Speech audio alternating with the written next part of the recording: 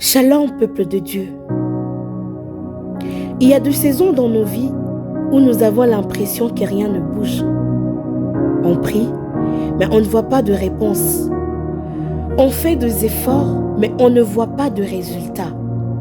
On avance, mais on a l'impression d'être toujours au même endroit.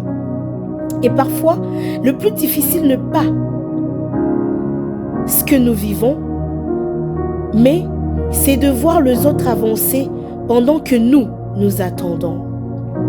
On voit quelqu'un trouver un travail, on voit quelqu'un se marier, on voit quelqu'un réaliser un rêve, quelqu'un entrer dans une nouvelle saison.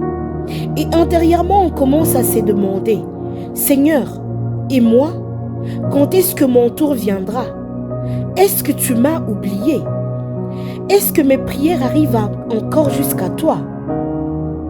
Et aujourd'hui, j'aimerais parler de quelque chose qui monte particulièrement dans mon cœur parce que moi aussi, je suis en train de l'apprendre. Faire confiance à Dieu quand je ne vois rien. Apprendre à croire que même lorsque je ne comprends pas le processus, Dieu, lui, le comprend. Et le thème d'aujourd'hui est simplement « Tout dans son temps ». Ou comme on le dit aujourd'hui, trust the process. Mais avec une différence importante. Pour nous chrétiens, ce n'est pas simplement fais confiance au processus, c'est fais confiance à celui qui conduit le processus. Amen. Il y a un temps pour tout. Dans Ecclésiaste, à son 3e chapitre, au 1er verset, la Bible nous dit: il y a un temps pour tout, un temps pour toutes choses sous les cieux. Cette parole est simple, mais elle est profonde. Parce que nous vivons dans un monde où nous voulons tout rapidement. Nous voulons prier aujourd'hui et recevoir la réponse demain. Nous voulons commencer quelque chose aujourd'hui et voir le résultat immédiatement. Mais Dieu travaille aussi dans le saison. Il y a un temps pour s'aimer, il y a un temps pour arroser, il y a un temps pour attendre, il y a un temps pour récolter. Le problème, c'est que nous voulons souvent récolter dans une saison où Dieu nous demande encore de s'aimer. Amen. Nous regardons notre vie et nous disons, Seigneur, pourquoi rien ne se passe? Alors que peut-être quelque chose est déjà en train de se passer.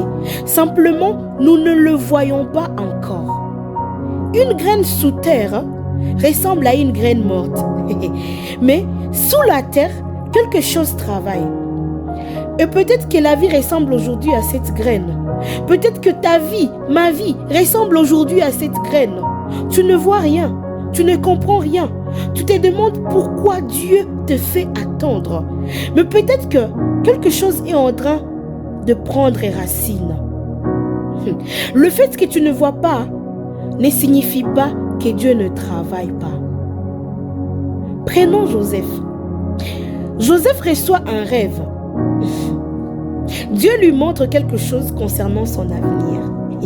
Mais après avoir reçu le rêve, sa vie ne devient pas immédiatement meilleure. Au contraire, il connaît la fosse, l'esclavage, il connaît l'injustice, la fausse accusation, la prison et même l'oubli.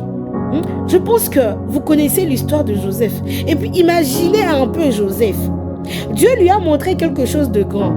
Mais la réalité, sa réalité là qu'il vivait, ressemble complètement à l'opposé de ce qu'il a vu dans le rêve.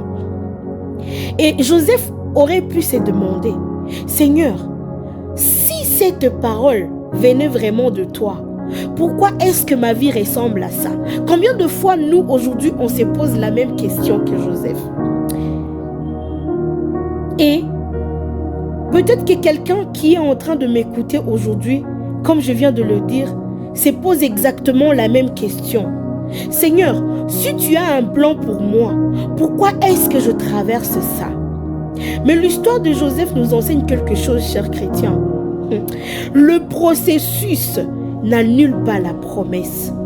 La prison n'était pas la destination de Joseph, c'était une étape. Et parfois, ce que nous appelons retard est simplement une étape que Dieu utilise pour nous préparer à ce que nous lui avons demandé. Nous voulons le palais, mais Dieu travaille parfois notre caractère dans la prison. Nous voulons la bénédiction, mais Dieu travaille d'abord la personne qui devra porter cette bénédiction.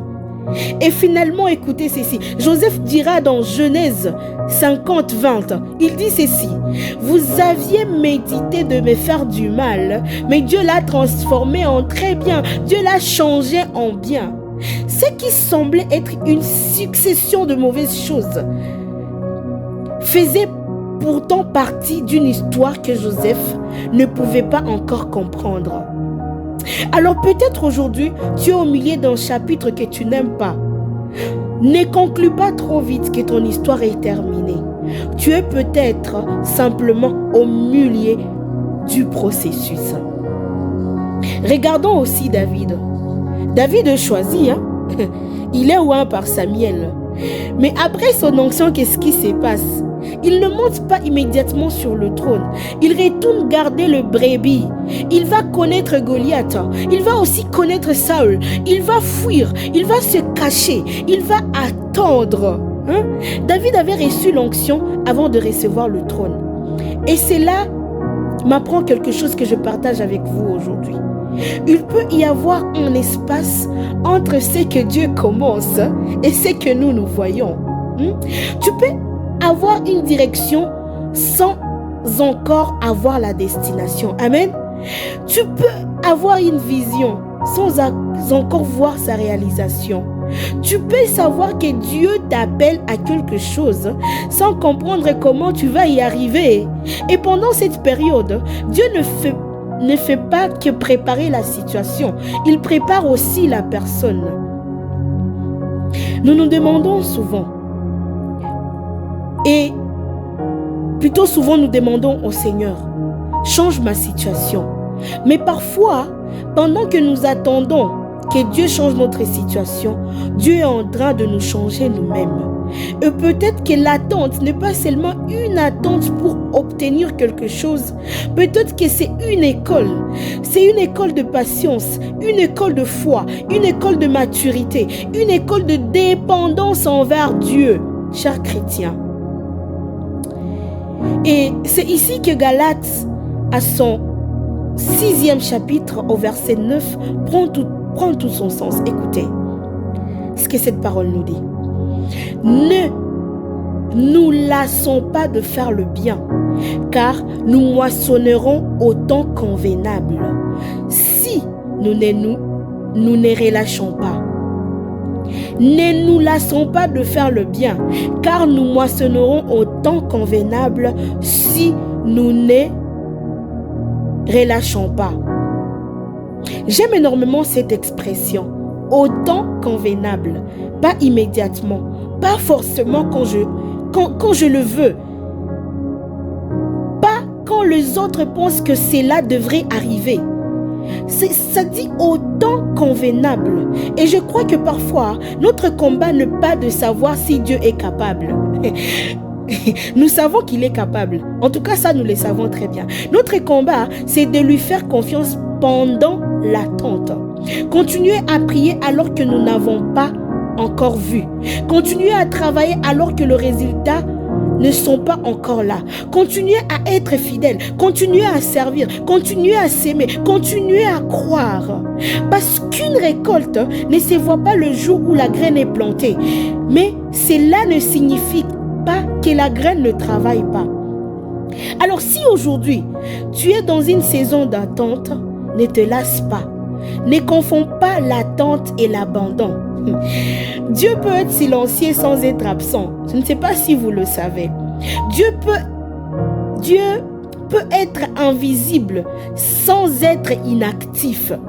Et Dieu peut être en train de travailler dans des endroits où tu n'as même pas encore accès. Alors continue de s'aimer. Parce que la parole dit, nous moissonnerons au temps convenable. Pas à notre temps, mais au temps convenable. Et pendant que tu es en train d'attendre, j'aimerais apporter quelque chose d'important sur ces points. Lorsque nous parlons de faire confiance au processus, nous pouvons avoir tendance à penser uniquement à la grande chose que nous attendons. Quand est-ce que Dieu va enfin me donner ce travail? Quand est-ce que je veux me marier? Quand est-ce que cette prière va être exaucée? Quand est-ce que mon projet va fonctionner? Et nous sommes tellement concentrés sur ce que nous attendons que nous ne voyons plus ce que Dieu fait déjà. Mais pendant que tu attends, Dieu fait des choses. Certaines, tu le vois, et d'autres, tu ne le vois pas. Et parfois, tu ne le vois même pas parce que tu ne t'attendais pas à ce que Dieu travaille de cette manière-là. Tu t'attendais, donc tu attendais une porte. Dieu te donne d'abord une préparation. Tu attendais une réponse. Dieu te donne d'abord une maturité. Tu attendais une destination. Dieu te donne d'abord une direction. Tu attendais quelque chose de grand. Et Dieu te donne aujourd'hui une petite chose qui peut-être peut devenir un jour la fondation de ces grands que tu attends. Alors, peut-être qu'une de prières et une de prières que nous devons faire pendant que nous attendons et pendant notre attente est: Seigneur, ouvre mes yeux pour voir ce que tu fais déjà. Seigneur, ouvre mes yeux pour voir ce que tu fais déjà. Répète-le avec moi. Seigneur, ouvre mes yeux pour voir ce que tu fais déjà. Parce que parfois nous attendons et parfois nous demandons: Seigneur, quand vas-tu réagir? Alors que Dieu pourrait nous répondre: regarde mieux. Nous avons en tout cas, je ne sais pas si c'est la nature ou les défauts ou je ne sais pas quoi, nous humains, quelquefois nous restons, en tout cas nous fixons nos yeux dans l'attente que de voir ce que déjà nous voyons aujourd'hui. J'ai l'habitude de dire que si Dieu a promis quelque chose, il y a une vision quelque part. Oui, c'est vrai, il a promis, il a de plans merveilleux pour nous. Et aujourd'hui, ce que nous voyons ne pas, c'est qu'il nous a promis. Mais si aujourd'hui tu t'es nourri, si aujourd'hui tu respires, si aujourd'hui tu sors le matin et tu rentres le soir, si aujourd'hui tu reçois un bonjour, si tu arrives à sourire pendant la journée, il y a beaucoup de choses qui se passent que nous ne voyons pas. Mais nous restons concentrés juste à ce que, voilà, il avait dit, il a dit. Mais nous oublions qu'il est en train de le faire. Nous oublions de le remercier pour ce que nous avons. En tout cas, comme réponse, comme je viens de le dire il y a pas longtemps, à cette question-là que nous demandons au Seigneur: quand vas-tu réagir? Apprenons à prendre comme réponse: regarde mieux. Et c'est là que je vais nous demander d'apprendre à dire merci avant le grand. Dire merci au Seigneur avant le plan long qu'il nous a promis, avant ce que nous attendons. Le psaume 103:2 dit ceci: mon âme bénit l'Éternel et n'oublie aucun de ses bienfaits. N'oublie aucun de ses bienfaits, cher chrétien. Cette parole me touche parce que nous avons parfois une mémoire très sélective avec Dieu. Je ne sais pas si vous le voyez. Nous avons souvent, nous nous souvenons très bien de ce que nous attendons encore, mais nous oublions rapidement ce que Dieu a déjà fait. Nous disons: Seigneur, je n'ai toujours pas ceci, mais qu'en est-il de ce qu'il t'a déjà donné? Et comme je le disais, le souffle de vie, la force, le personne qu'il a placé sur ton chemin, le porte qu'il a ouverte, le porte qu'il a fermé, les dangers dont tu n'as même pas encore conscience, et il t'a protégé. Le prière auquel il a déjà répondu, le fois où tu pensais ne pas pouvoir tenir et pourtant tu es encore là. Parfois, avant de demander: Seigneur, quand vas-tu faire la grande chose? Il faut apprendre à dire: Seigneur, merci pour ce que tu fais déjà. Amen. Parce que Dieu ne devient pas bon le jour où il nous donnera ce que nous attendons. Il est déjà bon aujourd'hui. Et notre reconnaissance ne devrait pas être conditionnée par l'arrivée de notre miracle. Nous devons apprendre à remercier Dieu pour le petit avant le grand, à remercier Dieu pour le chemin avant même d'arriver à la destination, à remercier Dieu pour ce que nous comprenons et même parfois ce que nous ne comprenons pas encore. Il y a une chose très intéressante dans l'histoire des 10 lépreux dans Luc 17. Je pense que vous connaissez l'histoire. Ils demandent à Jésus d'avoir pitié d'eux. Et Jésus leur dit d'aller se montrer aux prêtres. Et la Bible nous dit qu'ils sont guéris pendant qu'ils sont en chemin. Pas avant de partir, en chemin. Et je trouve cela magnifique parce que parfois, nous attendons de voir le miracle avant de faire le pas. Mais Dieu peut nous demander de faire pas alors que nous ne voyons pas encore le miracle. Ils ont marché. Et en marchant, quelque chose s'est produit. Et pourtant, parmi les 10, un seul revient rendre gloire à Dieu. Cela me pose une question que j'aimerais que vous posiez aussi. Est-ce que je sais reconnaître le bienfait de Dieu pendant que je suis encore en chemin? Ou est-ce que je suis tellement concentré sur ce que j'attends que je ne remarque même plus ce que Dieu fait maintenant? Peut-être que toi aussi, tu es en chemin. Tu n'es pas encore arrivé. Mais regarde tout ce qui a déjà changé. Regarde ce que Dieu t'a déjà appris. Regarde le porte qu'il a ouverte. Regarde le chose dont il t'a préservé. Et dis, merci Seigneur.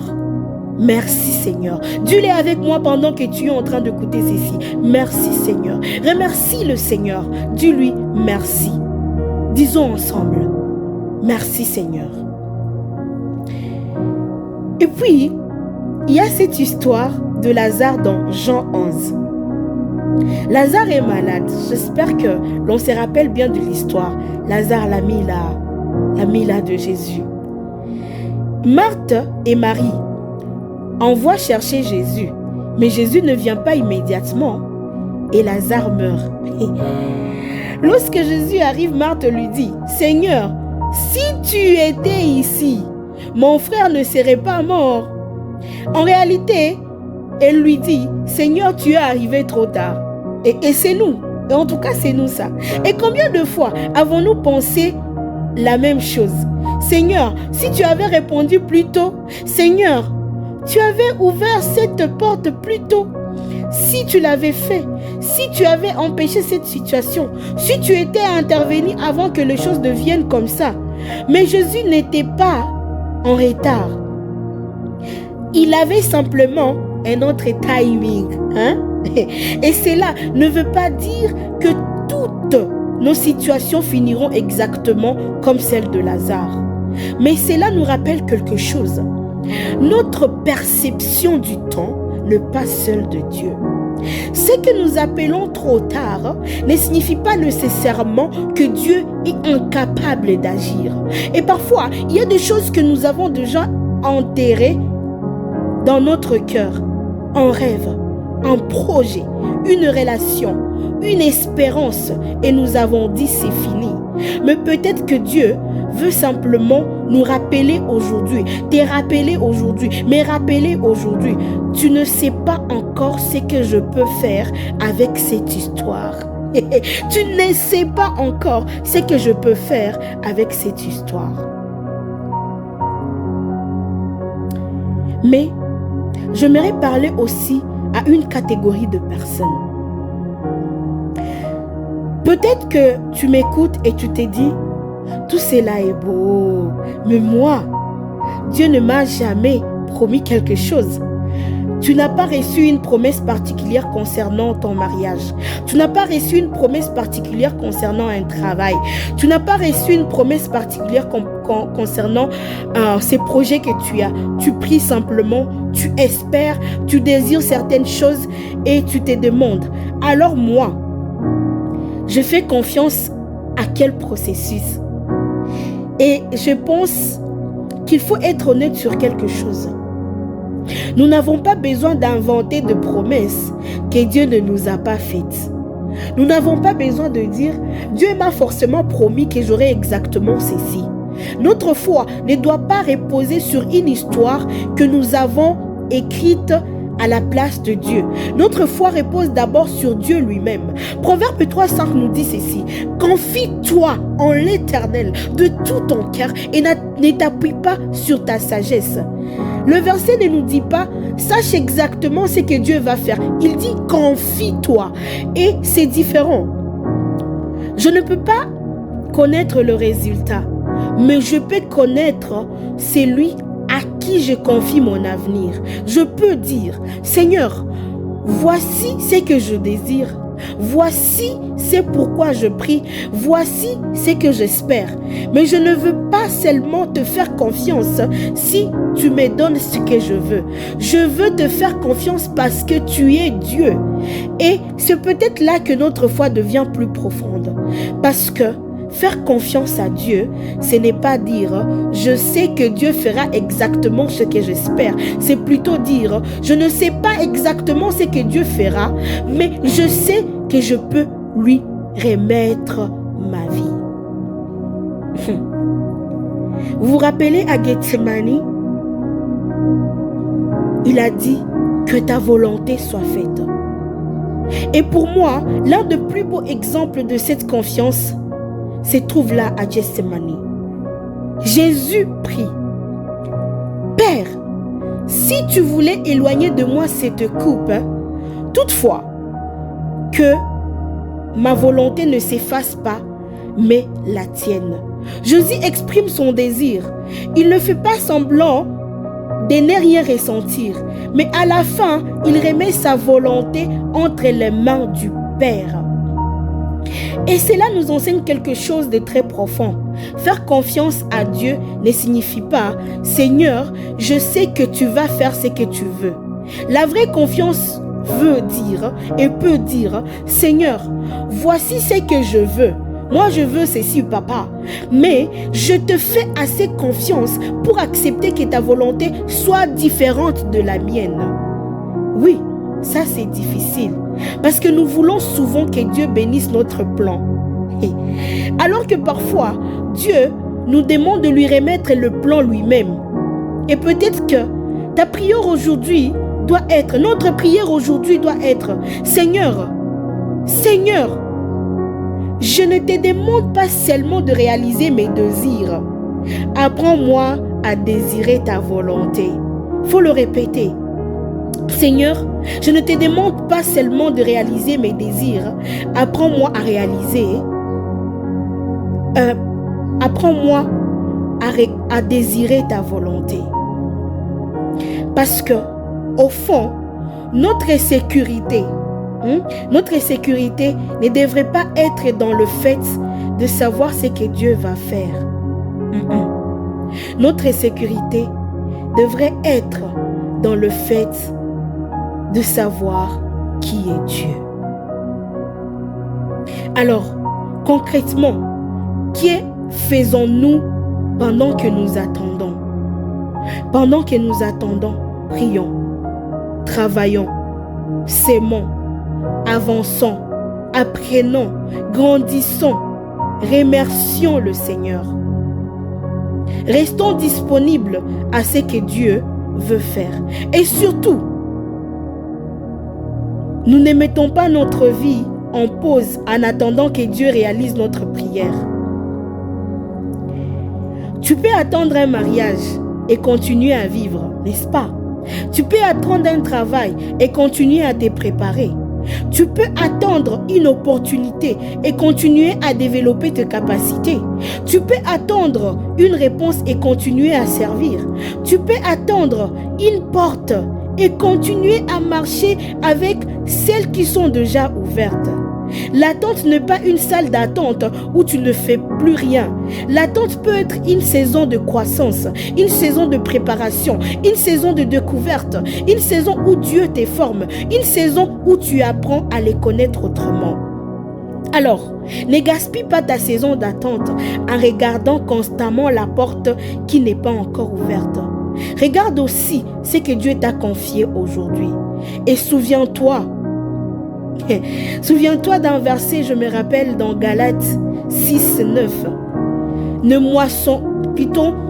moissonnerons au temps convenable si nous ne relâchons pas. N'oublions pas ces versets. Galates 6, 9. Et aujourd'hui, si je vous parle de tout ceci aujourd'hui, ce n'est pas parce que moi j'ai tout compris. Non. Au contraire, c'est parce que moi aussi, je suis dans un processus. Je suis dans ces processus. Moi aussi, il y a des choses que j'attends, des choses pour lesquelles je prie, des choses que je ne comprends pas encore. Et parfois, j'aimerais avoir la réponse maintenant. J'aimerais savoir quand. J'aimerais savoir comment. J'aimerais voir où tout cela va me conduire. Mais je suis en train d'apprendre quelque chose. Je n'ai pas besoin de connaître tout le chemin pour faire confiance à celui qui connaît la destination. Et surtout, je ne veux pas passer tellement le temps à l'attente ou à attendre ce que Dieu fera demain que j'oublie de le remercier pour ce qu'il fait déjà aujourd'hui. Je ne veux pas attendre le grand pour reconnaître sa bonté. Je vais apprendre à dire merci maintenant. Et même si je n'ai pas reçu de promesses particulières sur tout ce que j'attends, je vais quand même marcher avec Dieu. Parce que ma foi ne repose pas uniquement sur ce que Dieu va me donner. Elle repose sur ce qui est Dieu. C'est sur ce qu'il est. Et peut-être, c'est cela que Dieu veut aussi m'apprendre dans cette saison. Pas seulement à recevoir, mais à faire confiance, à attendre, à remercier, à grandir et à dire, Seigneur, même si je ne sais pas comment mon histoire va se terminer, je sais que je vais continuer à marcher avec toi. Alors, si tu regardes et si tu écoutes cette parole aujourd'hui et regardez cette vidéo, et que tu es dans une saison d'attente, j'aimerais te parler directement et très particulièrement. Ne désespère pas. Tu n'es peut-être pas en retard. Tu es peut-être simplement dans une saison que tu n'aurais pas choisie toi-même. Ne laisse pas la vitesse des autres te faire mépriser ton propre chemin. Ne laisse pas ce que tu vois chez les autres te faire croire que Dieu t'a oublié. Ton histoire n'est pas la leur. Chacun de nous a une histoire particulière avec le Seigneur. Ton calendrier n'est pas le leur. Et Dieu n'a pas besoin de suivre l'horloge des hommes pour conduire ta vie. Mais surtout, pendant que tu attends, regarde ce que Dieu fait déjà. Remercie ce que tu as déjà reçu. Continue à faire ce que Dieu te demande aujourd'hui. Et fais confiance. Pas à ton scénario, pas au rêve là que tu as. Non, pas à ce que tu attends, pas à ton calendrier, mais à Dieu. Et si tu n'as aucune promesse particulière concernant ce que tu attends, ne te sens pas exclu de ces messages. Tu peux quand même faire confiance. Tu peux simplement dire, Seigneur, voici mon désir, voici mon attente, voici ma prière, je te la remets. Et même si je ne sais pas ce que tu vas faire, je choisis de marcher avec toi. Parce que parfois, le plus grand miracle n'est pas seulement d'obtenir ce que nous demandions, c'est de devenir une personne capable de dire, Seigneur, que ta volonté soit faite. Et aujourd'hui, je veux garder cette phrase dans mon cœur. En fait, je vous invite vous aussi à garder cette phrase dans votre cœur. Tout en son temps. Tout en son temps. Si Dieu semble silencieux, tout en son temps. Si je ne vois pas encore la réponse, tout en son temps. Si je suis encore dans le processus, tout en son temps. Si je vois les autres avancer, tout en son temps. Si je ne comprends pas ce que Dieu est en train de faire, tout en son temps. Mais pendant que j'attends, je veux regarder parce que Dieu fait déjà de choses pendant que j'attends. Je vais remercier parce que Dieu m'a déjà donné beaucoup de choses que je ne dois pas oublier. Pendant que j'attends, je vais continuer à marcher parce que l'attente n'est pas l'arrêt de ma vie. Et pendant que j'attends, je vais faire confiance parce que je connais le résultat. Je vais faire confiance. Pas parce que je connais le résultat, je veux dire, mais parce que je connais celui qui tient ma vie. Je ne sais pas ce que demain apportera. Je ne sais pas quand viendra la réponse. Je ne sais pas toujours pourquoi certaines choses arrivent. Je ne sais même pas si Dieu répondra exactement comme je l'imagine, mais je sais à qui j'ai confié ma vie. Alors, j'avance, j'attends, je remercie, je sème, je prie et je fais confiance tout dans son temps. Trust the process, mais surtout, trust God. Que Dieu nous accorde cette grâce, que Dieu nous accorde ces privilèges. Approprie-toi cette phrase, tout dans son temps. Tout dans son temps. Et avec tout ce que nous venons d'entendre, avec tous ces dons, nous venons de partager, tous ces dons je viens de vous partager, je vais nous inviter à prier ensemble. Prenons un moment de prière, où que vous soyez. Prenons un moment de prière ensemble et prions. Seigneur, tu connais chaque personne qui a suivi cette vidéo, qui a suivi ces partages. Tu connais celles qui attendent depuis longtemps, celles qui prient en silence, celles qui commencent à perdre espoir, celles qui se demandent si tu les as oubliées, celles qui ont reçu une promesse et qui attendent encore son accomplissement, et celles qui n'ont reçu aucune promesse particulière, mais qui continuent simplement à espérer en toi. Seigneur, apprends-nous à te faire confiance. Lorsque nous ne voyons rien, ouvre nos yeux pour voir ce que tu fais déjà. Lorsque nous sommes tellement concentrés sur ce que nous attendons, que nous oublions tes bienfaits, rappelle-nous de dire merci. Apprends-nous à ne pas attendre le grand miracle pour reconnaître ta bonté, ta fidélité, ta grandeur. Merci pour ce que tu as déjà fait. Merci pour ce que nous voyons. Merci pour ce que nous ne voyons pas. Merci pour le porte que tu as ouverte. Merci aussi pour celle que tu as fermée. Merci pour le chemin que nous comprenons et pour ceux que nous ne comprenons pas encore. Seigneur, nous te présentons nos désirs, nos rêves, nos projets, nos attentes, nos questions, nos quand, nos pourquoi. Et aujourd'hui, nous choisissons de te les remettre. Nous ne voulons pas seulement te faire confiance lorsque tu fais ce que nous espérons. Nous voulons te faire confiance parce que tu es Dieu.